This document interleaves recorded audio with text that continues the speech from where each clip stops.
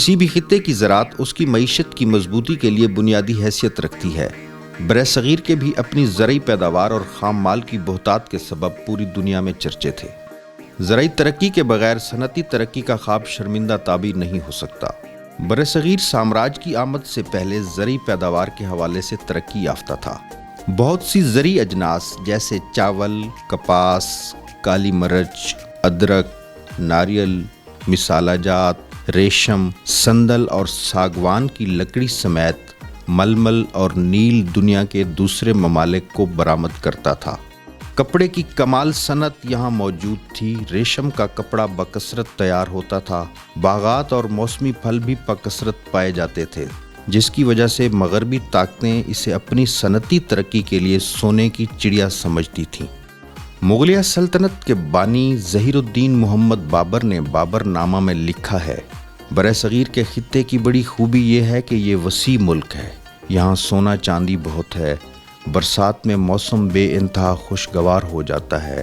برصغیر میں ایک اچھی بات ہے، یہاں پر پیشہ اور حرفت کے لوگ کثرت سے ہیں۔ نامور مورخ ڈاکٹر مبارک علی نے لکھا ہے کہ ایسے معلوم ہوتا ہے ظہیر الدین بابر کی فتح کا مقصد برصغیر کی دولت حاصل کرنا تھی، کیونکہ یہ مشہور تھا کہ یہاں سونا چاندی اور دوسری دولت حکمرانوں کے خزانوں میں جمع ہے۔ صنعتی انقلاب کا پہیہ چلتے ہی برطانیہ کی استعماری قوت نے دنیا بھر کے ایسے ممالک پر نظر گاڑ رکھی تھی جہاں سے وہ اپنی صنعتوں کو دوام دینے کے لیے خام مال اٹھا سکیں۔ برصغیر کی افرادی قوت اور دستیاب معدنی اور زرعی وسائل کسی بھی سرمایہ دارانہ نظام کے لیے تریاق ثابت ہو سکتے تھے۔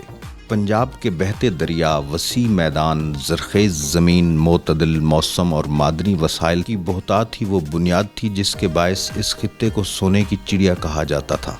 یہی وجہ تھی کہ 18ویں صدی کے آغاز سے ہی ایسٹ انڈیا کمپنی نے اپنی تجارت کی آڑ میں اس خطے کو زیر نگیں کرنے کے لیے اپنی سرگرمیوں کا آغاز کیا، اور سونے کی چڑیا کے نام سے مشہور اس خطے کی کشش میں انگریز یہاں دیوانہ وار چلے آئے اور اسے اپنی مقبوضہ کالونی میں بدل دیا۔ کیمبرج یونیورسٹی کے سابق پروفیسر ڈاکٹر اینگس میڈیسن نے اپنی تحقیقی کاوش عالمی معیشت اور تاریخی اعداد و شمار کے گوشوارے میں لکھا ہے، 17ویں صدی کے آغاز میں اس خطے کی مجموعی پیداوار چین کی مونگ سلطنت کے بعد دوسرے نمبر پر آتی تھی۔ اس وقت دنیا کی مجموعی پیداوار کا 22% حصہ اس خطے میں پیدا ہوتا تھا۔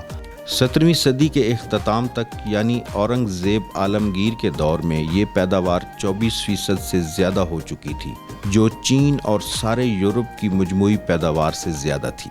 برصغیر کے طول و عرض پر پھیلی مغلیہ سلطنت اپنے پھیلاؤ، حکمرانوں کی عیاشیوں اور علاقائی قوتوں کے ابھار سے کمزور ہو کر ٹکڑے ٹکڑے ہونا شروع ہو گئی۔ جب اس خطے میں ٹوٹ پھوٹ ہو رہی تھی، برطانیہ میں صنعتی انقلاب کی راہیں ہموار ہو رہی تھیں۔ تجارتی سرمایہ داری کے تحت تاجروں نے جو منافع کمایا تھا، اب اس سرمایہ کو نئی ٹیکنالوجیز کے حصول اور فروغ کے لیے استعمال کیا جا رہا تھا۔ کارخانوں میں بڑی تعداد میں مصنوعات کی پیداوار ہو رہی تھی۔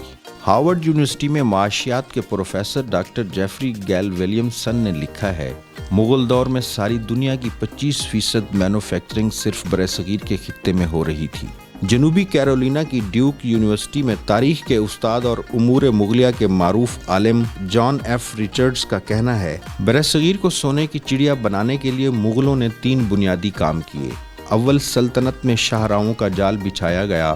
مختلف علاقوں کو پختہ سڑکوں کے ذریعے ایسے ملایا گیا کہ دہلی سے سلطنت کے کسی بھی حصے تک محض 2 دن میں پہنچا جا سکتا تھا۔ دوسرا کام یہ کہ ملک میں یکساں کرنسی رائج کی گئی، جبکہ تیسرا اور سب سے اہم کام سارے برصغیر کو متحد کرنا تھا۔